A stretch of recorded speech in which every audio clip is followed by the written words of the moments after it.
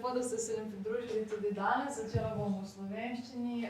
Hvala, da ste tukaj. Hvala tudi Anči, ki je v bistvu cel teden prebila tukaj pri nas. Večinoma v diskusijo z mano, ampak tudi z nekaterimi ostalimi. In kmalu boste slišali, zakaj je zame in verjetno tudi za vas zelo zanimiva. And now I'll switch to English. She's an associate professor at the university in Fulda, Germany. But she's also a research scientist leading a junior research group on the project called Synergies for Public Health in the Anthropocene from a One Health Perspective. And this project she leads at the University of Göttingen, again in Germany. She works in the field of agricultural sciences, health and anthropology. Why I think she's extremely interesting for us is because she works in the intersection of natural sciences. As you will hear, she has a PhD in agricultural sciences, but she approaches the same topics also from the anthropological perspective. So she tries to build on humanities as well as natural sciences, which, when it comes to Anthropocene, is extremely valuable. So she received her PhD in agricultural sciences, as stated, with her dissertation studying consumer preferences and their willingness to pay for sustainable products. Before she obtained 2 master's degrees, both at the University of Gießen, one in food economics and the second one in nutritional sciences. The floor is yours, Antje. We're all excited for what's coming next, and after her talk you'll have the possibility to pose any questions, comments, etc. Thank you. Well, thank you for having me. Thank you for coming to the seminar. I'm, as Daja already said, I'm a nutritionist, where I started off, and I actually brought a slide to actually picture where I came from, because it's so interesting that we are really approaching the same topics from different sides. So when I now prepared the talk, I was looking for a picture that actually really grounded us, and one field that I'm studying and that I've been studying ever I really approached the research strain is animal science, animal health, and the interaction with humans. And when I actually looked for a picture that depicted the Anthropocene, I was looking around, and of course the Anthropocene is this phase of this inhabitancy of Earth, where the human entity is actually in charge of everything else. And this is, of course, depicting a waste mill, and it's depicting that so much of our, let's say, institution of our actions actually were also quite not only dangerous for the planet with regard to health, environmental health, but are also quite, let's say, unfair when it comes to intergenerational. So really when it comes to looking about the rights of our children, but also looking into the rights and fairness of other people on this planet. So there is an imbalance of north-south distribution of wealth and goods. But today I want to talk about, so what is actually, what was the background that actually brought Daja and myself together also? What is the background of the Anthropocene? And I'm working in sustainable nutrition, so I'm actually framed in a, let's say, normative framework, and I also ground that and give you a definition of what I refer to. And then I approach the topic of consumption, because that is an interesting topic, and it actually bridges the gap or bridges towards the anthropological sciences, the cultural configurations that we also look into. And I would like to end the talk, or I would like to discuss then more about the human-animal nature interaction in the Anthropocene, because I think this is something that we all work on more closely or more distant, but nevertheless I think it's a topic that relates us. And I'm really looking forward to your questions, discussions, point of interest, but this is roughly what I'm heading to. So as Daja already said, like I studied nutritional science, I also studied food economics, and I've been in different places. And probably one of the most determined things was still that I grew up in a very rural, agricultural grounded area, and I've always had contact to the animal sciences, the animal health science, and I was introduced from a research strain by a very interesting topic, and this is from 2006. And when I did my studies as a general study, ecotrophology, which looks really into nutritional sciences but also resource economics, I was introduced with this report. I don't know, do you know about it? It's one of the grounded, it's from the FAO, published in 2006, and it really looks into, let's say, the dark side of animal rearing, animal husbandry, and what it actually means. And I now brief it condensedly to what it means now and nowadays, and what was actually discussed in that report. It really takes up the resource intensity that livestock has when it comes to production. And when you look into this little depiction, little graph on what the food chain is, I mean, we always have the, let's say, the concurrence or the different approaches to trophic levels. So the first trophic level is always a plant-based eater, so the resource intensity is low, the lowest possible stage. And the higher one approaches the ladder of the food chain, it gets more energy consuming. So this, and all the different effects, let's say, from environmental degradation, CO2 emission, actually are already depicted in this little trophic chain relation. So the resource intensity is really one of the most determining impacts when you look into environmental degradation, when you look into, let's say, imbalances with regard to distribution worldwide. And also when it comes to relating animal, humans, and the environment, there's little impacts on how this could be balanced out and how this could actually globally distributed well. As already said, I have been approaching this topic for quite a while, and when we look into current data and trends, I have now taken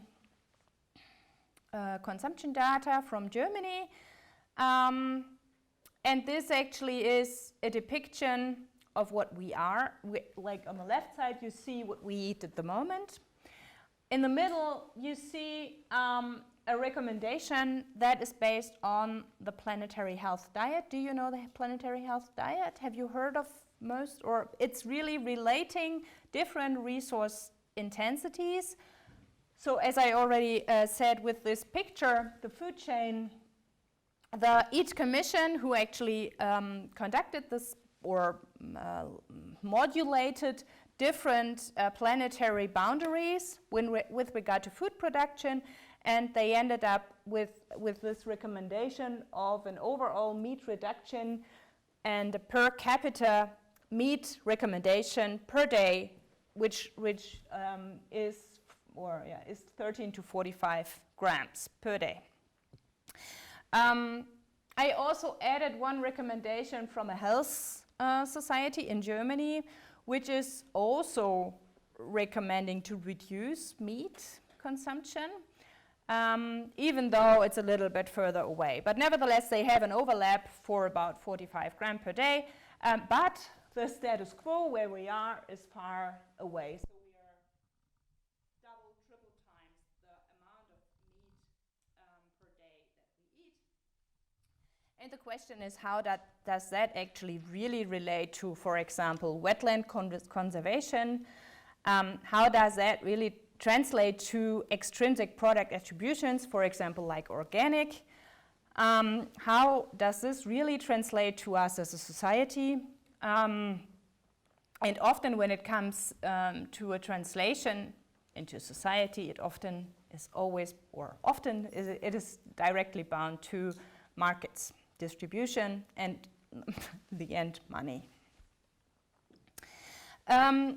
One very interesting concept that I was introduced to actually also 10 years back, and I find very inspiring, is the resource economics conducted by Elinor Ostrom. So she's really talking about governing the commons and how common assets like, for example, nature resources, nature values, nature conservation, and at the same time distribution of goods like food or water, she studied water intensively, can actually be distributed fairly, more fairly, under a prescription of the commons.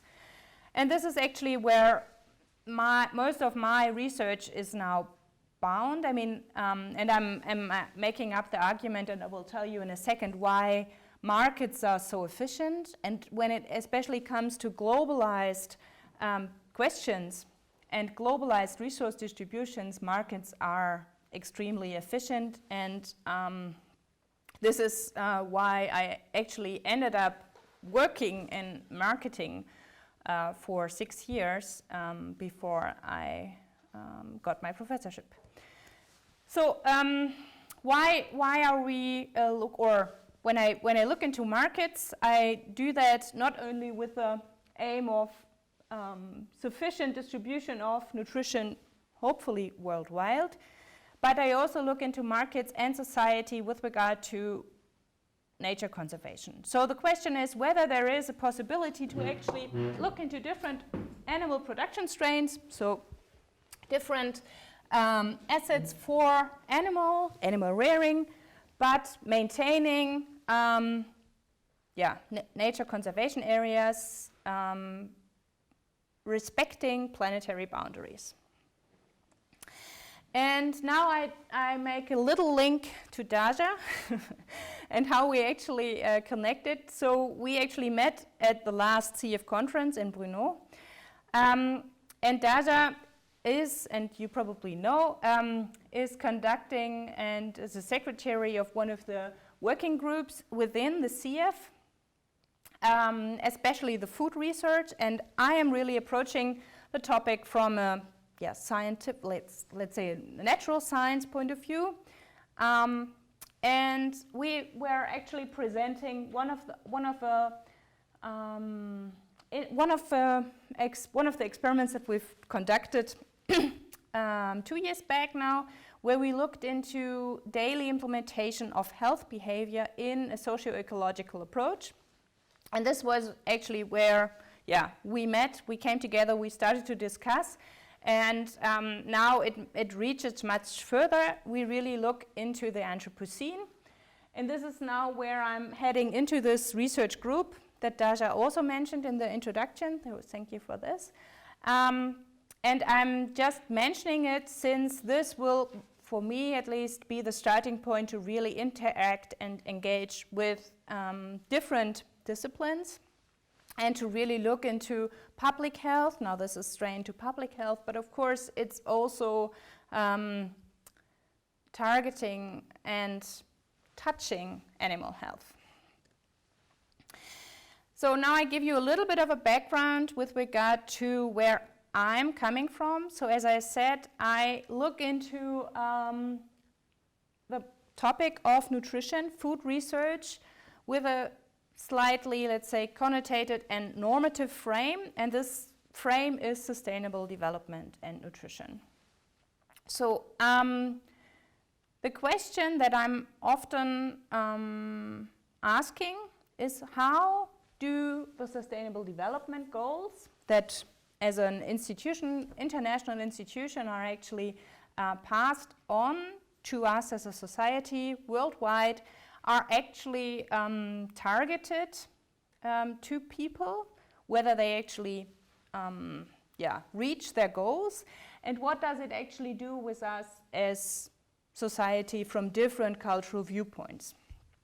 And when it comes to looking into food research, I took different circles to highlight the direct links of nutrition to the Sustainable Development Goals and the indirect links by the spotted lines. So there are very many interactions and overlaps.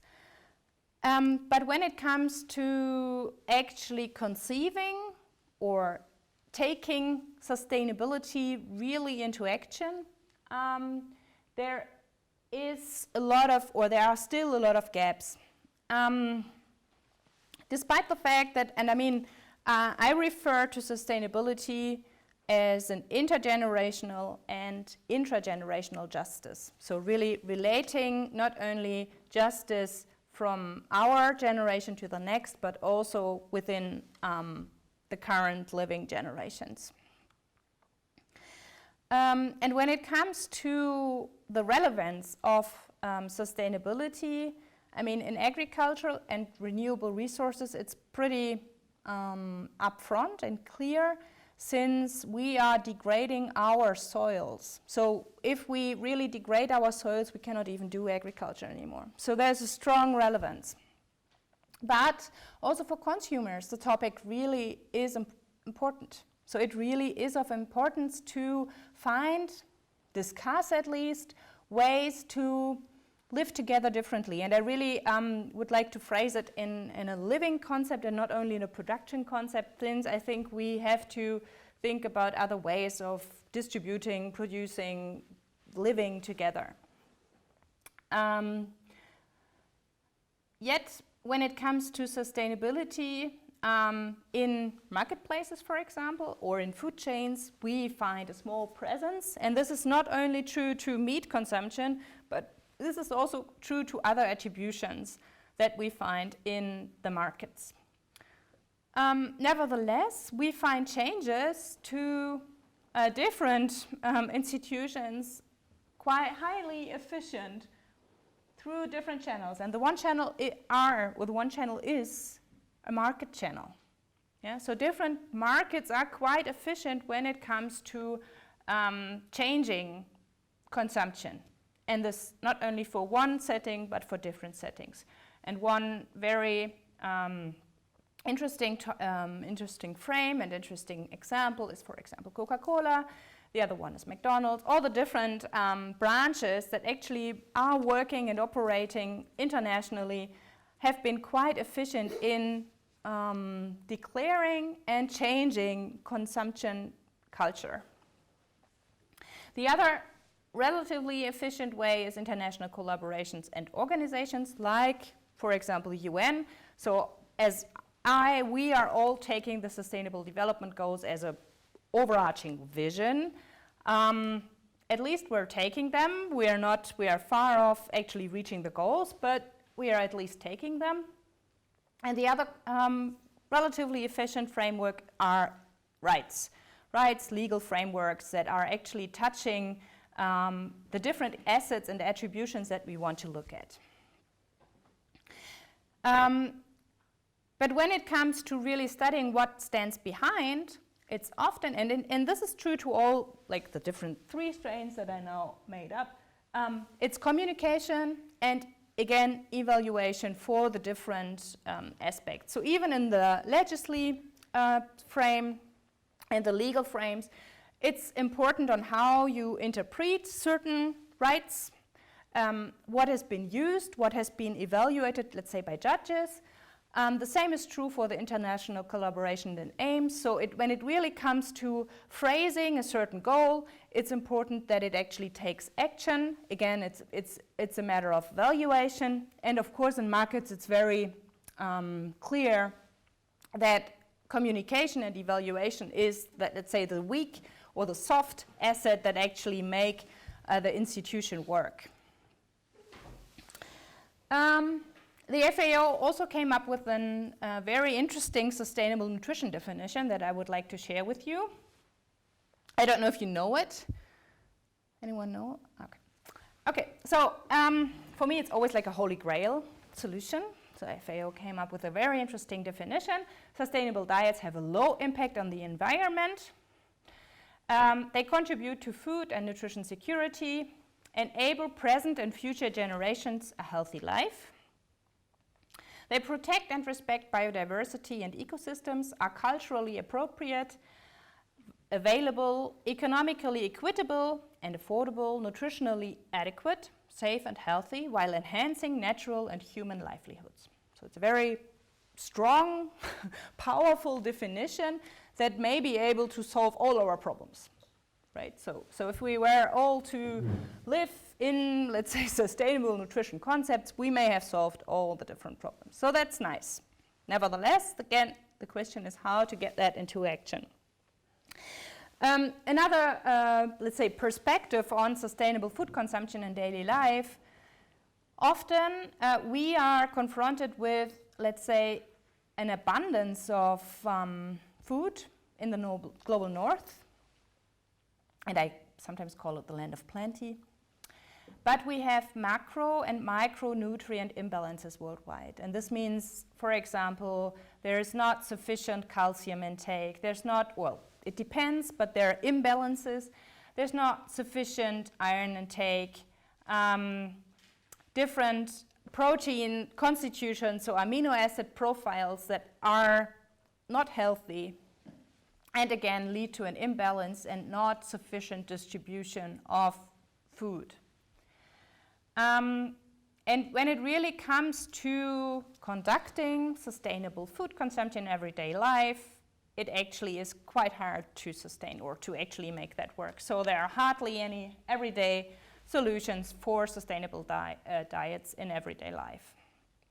And when it comes to transferring this status quo into what can we actually do, for example, in food markets, food distributions, we often also find that food labels or recommendations or, let's say, laws are insufficient when it comes to really targeting what they wanted to target. So, as an example, nutritional recommendations are often contradictory. Again, sustainability is not at forefront, and they're really hard to understand. So it's not easy for the individual to actually get what the recommendations want, and to also get that into practice. So when it comes to an institutional lens or socio-ecological lens, we are now approaching the questions on what are the settings that could work, what are the settings that we have, let's say, worked on over the past. How did it actually come out that we are now in such a land of plenty, but we're still failing so many distributional aspects when it comes to healthy and sustainable life? So perspectives are communication that reaches actors, society, and markets can be an essential key. So if we actually get to a point where the different evaluations and the different assets are connected and brought together, that may be an efficient allocation. Nevertheless, at the moment, we are not there yet. So the two questions that I would like to tackle here is what and how can we actually find a way, a lens to approach sustainability and sustainable nutrition from a holistic viewpoint? And what does it actually mean when we are to rethink our criteria for sustainability? For example, resource conservation. And this I already talked about. Since we are now in an interdisciplinary setting, I also would like to, let's say, make it short, but to at least take you on with different theoretical concepts that I use for the research. So when it comes to agricultural economics, a lot of the evaluation tasks and theoretical frameworks are bound to random utility framework. I don't know if you are familiar with it. Okay. So it's really about how much, it's a profit maximization concept, how much utility do I get from a certain product, from a certain task, from a certain activity. But then I frame this in a socio-ecological framework, and this is something that you are probably more familiar with.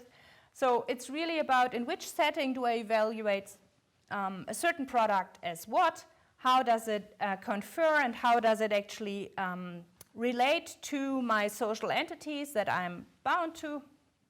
And the last theoretical concept that has been proven and is established by Sunstein and Reich mostly is the nudging concept. So what does it actually, and how can change happen? So it's really, I mean, you may know about the book The Nudge, so I didn't bring the cover, but you may know. So it's really about steering a certain choice and provoking a certain choice.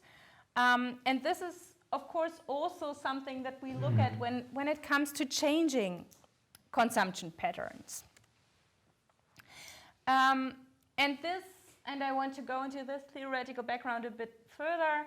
So it actually is, let's say, structured in a paternalistic approach. So we as a society steer a certain action into a certain direction.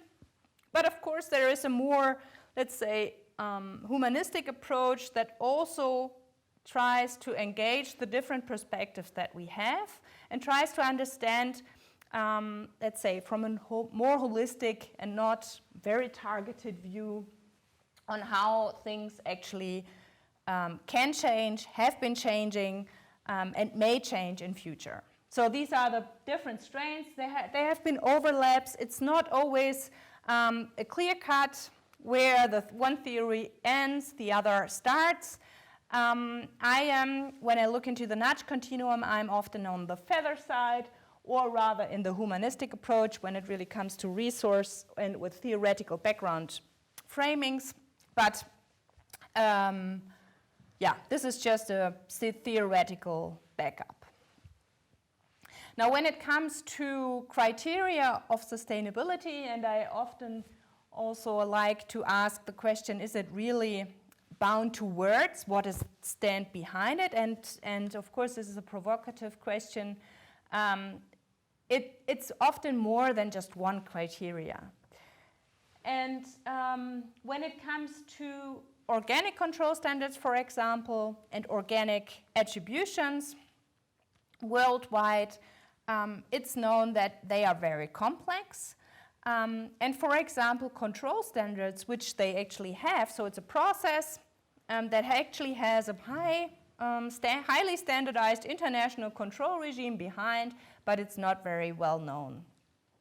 When it comes to another very interesting concept of local production or origin, it's again an important criteria for sustainable sourcing. But this again may depend on the product category and the region, whether it's really resource efficient, and how this actually entangles in local differences, cultural heritage, and also trust. Often there's a country of origin effect that relates to domestic production authorities and controls. Another important aspect when we talk about sustainability criteria in food research is agrobiodiversity. So, so it's not only conserving, let's say, let alone nature conservation areas, but it's also about conserving species, different breeds. It's also about nature conservation practices that have been, let's say, brought together with animals, so within a production strain.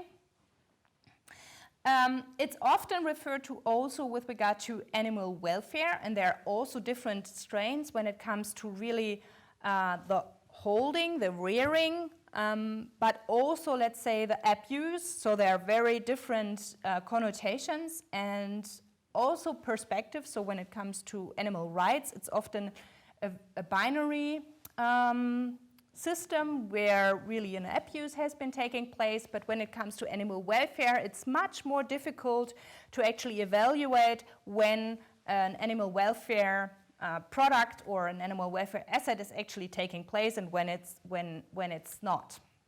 So it's a dynamic process. So it really asks for a holistic view or holistic perspective.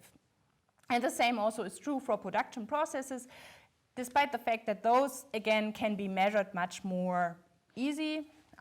For example, the usage of antibiotics, the feeding, the emissions, again, are very difficult. But of course, they can be tracked, and they also are tracked. And this is, again, when it comes to planetary boundaries, one of the most important things that actually come into place when it comes to animal rearing. Animals in the Anthropocene, they also have a lot of emissions, and these emissions are already crossing boundaries of, for example, water conservation or clean surface water. That, again, is important for human and animal health, again, in the next production strain, or just for drinking water. Now, when it comes to differentiation, so when I'm now what's behind criteria of sustainability, so it's multifaceted, and my argument is that we really need to look onto this interdisciplinary and with a holistic view. When it comes to marketing and trying to give it legally from a societal point of view, there are different systems on the food market, and you may have come across a couple of them already. So a simple binary label is one that I already mentioned. It's an organic label, which means the product is either organic or it's not. Binary, simple. That's one possibility to actually approach and communicate the different qualities. The other asset is a multi-level label, which means, for example, the Nutri-Score. This means that there is evaluation, and this now uses a traffic light system from green, which is okay to eat, and red, which is not healthy to eat. Yeah, it's rather simplistic, and it's really from a or within the nutrition community, it's also harshly criticized, since it's always not as easy. And of course, nutrition, food research is not stemming from one product category. You don't eat only apples, right? So it's really, again, trying to make a complex thing simplistic, which is not always the right, or it's losing a lot. And when it comes to labeling, we're still in the frame of labels, but there is a possibility for complex labels. And for example, it's the Wheel of Health, which has been introduced in Canada and the US, in some parts of the US. You have nutrient value information, so you know how many calories, how many fats the specific product has, but nevertheless, again, you need to frame this into your personal dietary recommendation. So again, it needs a complex evaluation. And one thing that we actually tried with regard to animals, and I'm going to get into that too in a second, is the declaration of rearing systems. So the question was whether it's possible to actually transfer a rather complex label into something that may be communicated and that actually may be one, let's say, small key to find a solution for a very, let's say, big problem. And this was, or these three questions were the questions that we approached in one of the research projects, and they have been developed further, so I'm actually not talking only about one research project here, but I'm actually talking about three at the same time. But I give you the, let's say, condensed findings of these three projects. So the main question was, can something like a complex attribution be communicated in a market frame, a labeling frame? How can this complexity be communicated, and does that actually really change something?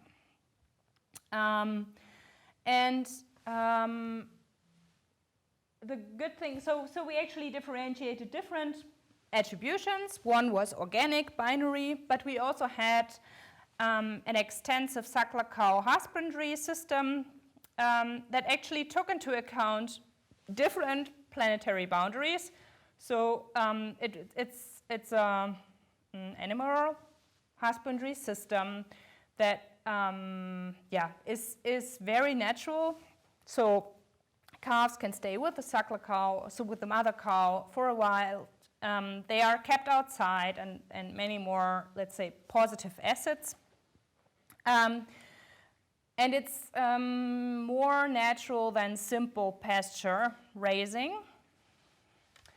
And the question was, can we communicate this, and can we actually transfer that into willingness to pay scheme? So WTP is a willingness to pay scheme, and I really, now I'm taking you over the course of 3 years now. So this has been like this, where the first research questions, now these are the main results. So there is a possibility to actually transfer that.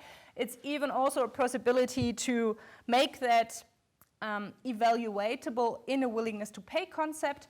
And we also transferred that into a market scheme which was then taken up by different retailing companies, and they even used natural resource spaces for animal rearing in the next research project. So a commonly owned grassland for animal rearing. So yeah. So these are the findings. Can we actually, or does this concept, making very open what the animal rearing is, and can this be transferred through the whole value chain? And we can say yes. And even the willingness to pay measures could be passed on to the retailers and in the end to the farmers. And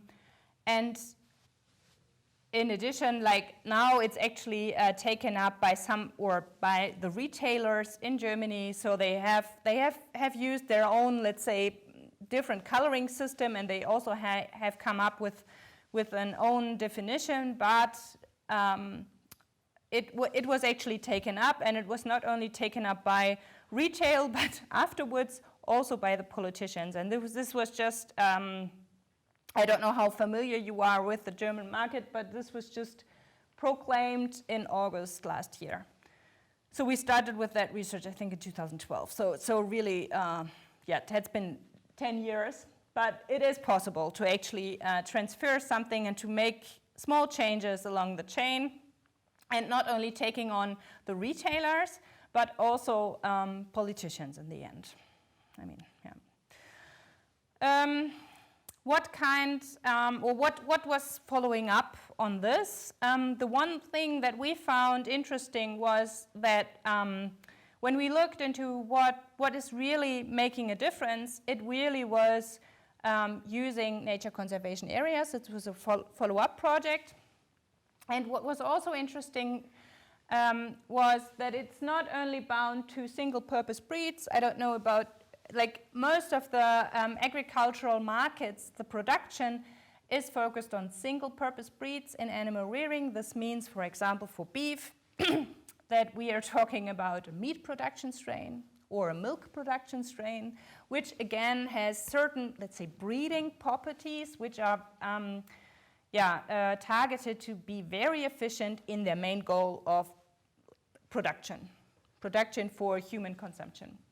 But when it comes to nature conservation and resiliency of food systems, dual-purpose breeds are very important, and they have been most important and most accepted also by society when it comes to finding alternatives for beef production. And this is now again a follow-up study on the main study with regard to pasture and animal rearing from a market side of view.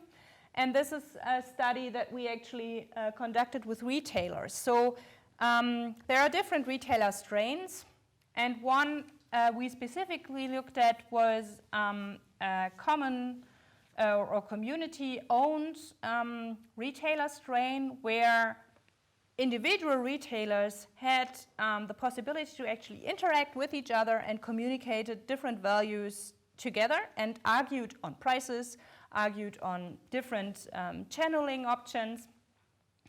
And often it's proclaimed that we cannot afford to go a certain strain. There's a lot of market pressure, but we actually found that the market pressure can be released when people are actually on the table or brought together to discuss about the different values and the different qualities that they want to discuss about. And that we could actually, and this is again, of course, let's say a piloting experiment, but we are not only hypothetically asking people about what would you do, but it's really looking into or trying to bring the whole value chain together from the farmer to the people who actually eat and consume or not consume meat. And it was, in this project, it was possible to show that once you have certain contract strain, this means really pricing argument, and once you are able to talk about what the different quality assets also are, for example, when it comes to beef in that region, they're like in a mountain area, and often they're slaughtered when the summer ends. So people were actually sitting together and talking about how can this be conserved? How can the meat be conserved? How can the beef be slaughtered in a humane way on the pasture? And how can this meat that then comes all at one point in time can be conserved and still be, let's say, a sufficient income for the farmer all through the year? And so this was an interesting frame that again led us to continue to work on those holistic and, let's say, balanced procedures for food research. And I think I think you can attach quite easily to the socio-ecological framework, which really is a sociological framework on how things happen. So we have the individual in the middle, and then we have the micro, meso, and macro, so environment that actually determines or interacts with the individual.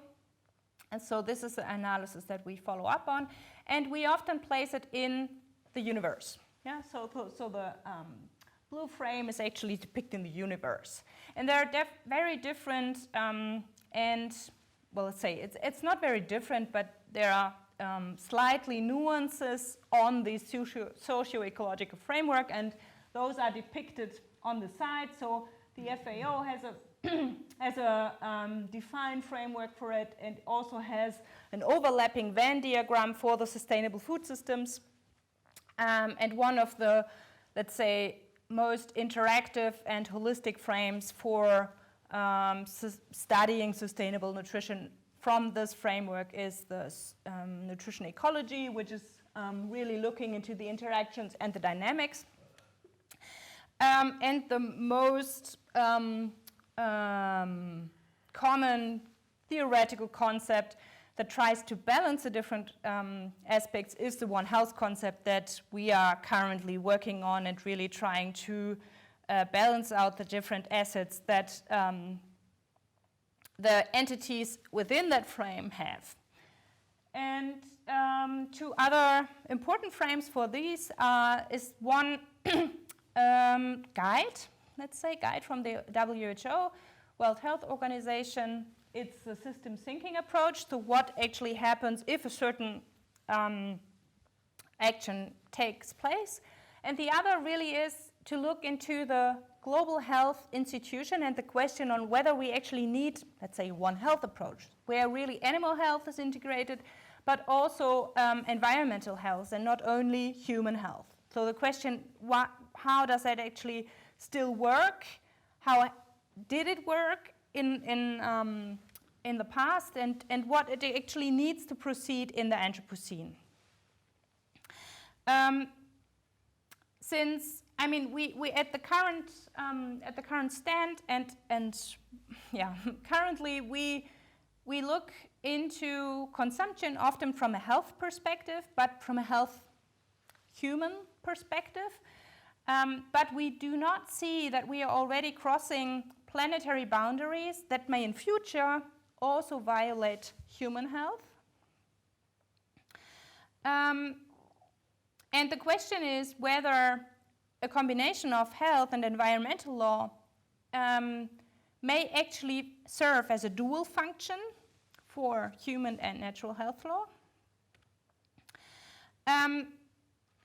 A better understanding of behavioral structures, and this is also where the anthropological part comes into place, is bettered or is suitable for bettered health and distribution of common goods on all levels and institutions. So it's really targeting or again touching on the Holy Grail definition.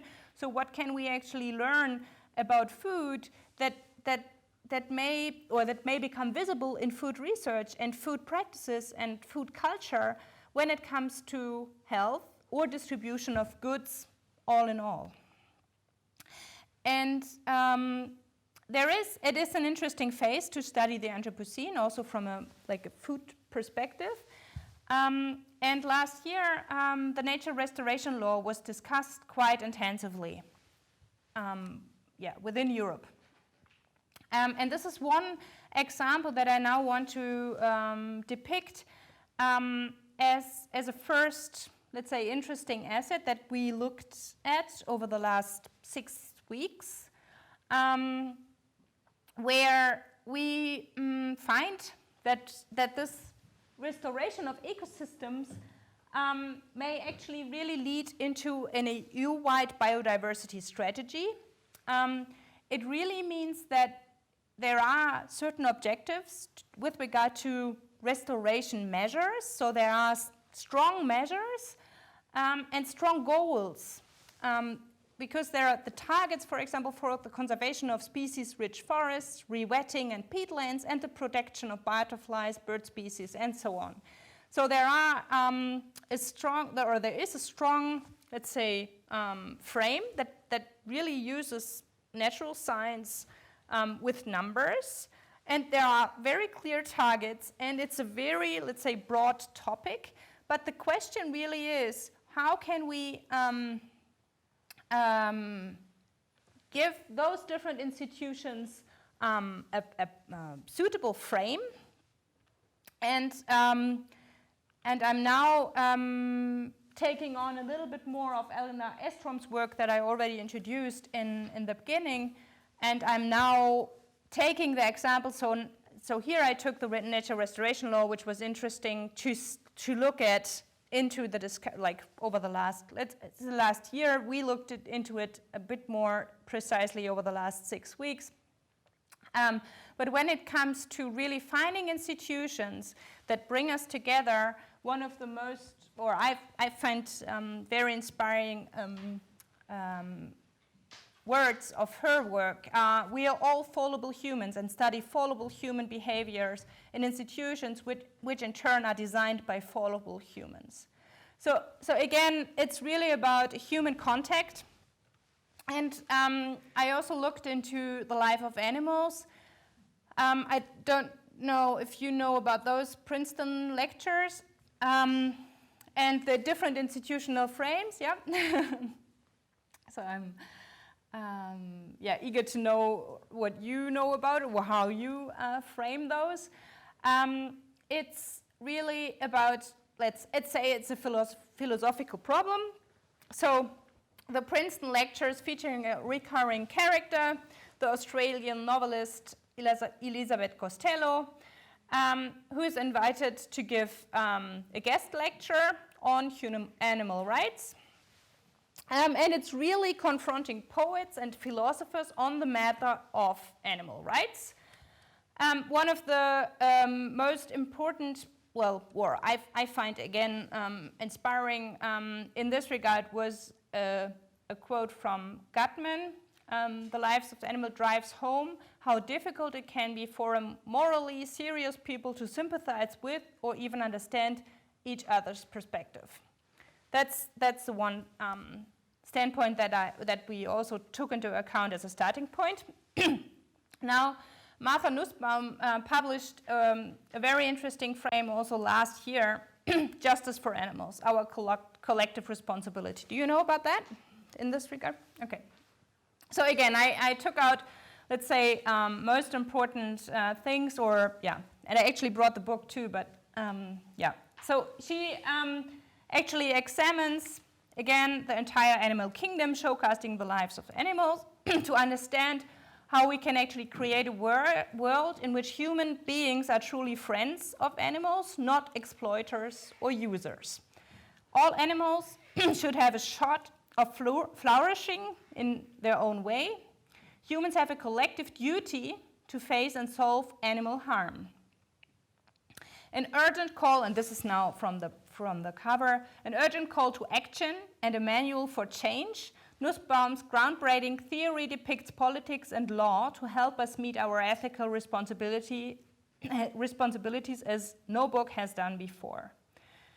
So what does it actually mean? So animal rights seem to stand against human rights, but within that book, she actually comes to a solution, and this is, I would call it, I mean, I didn't study philosophy, but I've read a lot of philosophical books. So the solutions are to really normalize or equalize rights proposed and developed further oriented by, and for example, in the research group, we are actually trying to find computer-based solutions for those different balance schemes.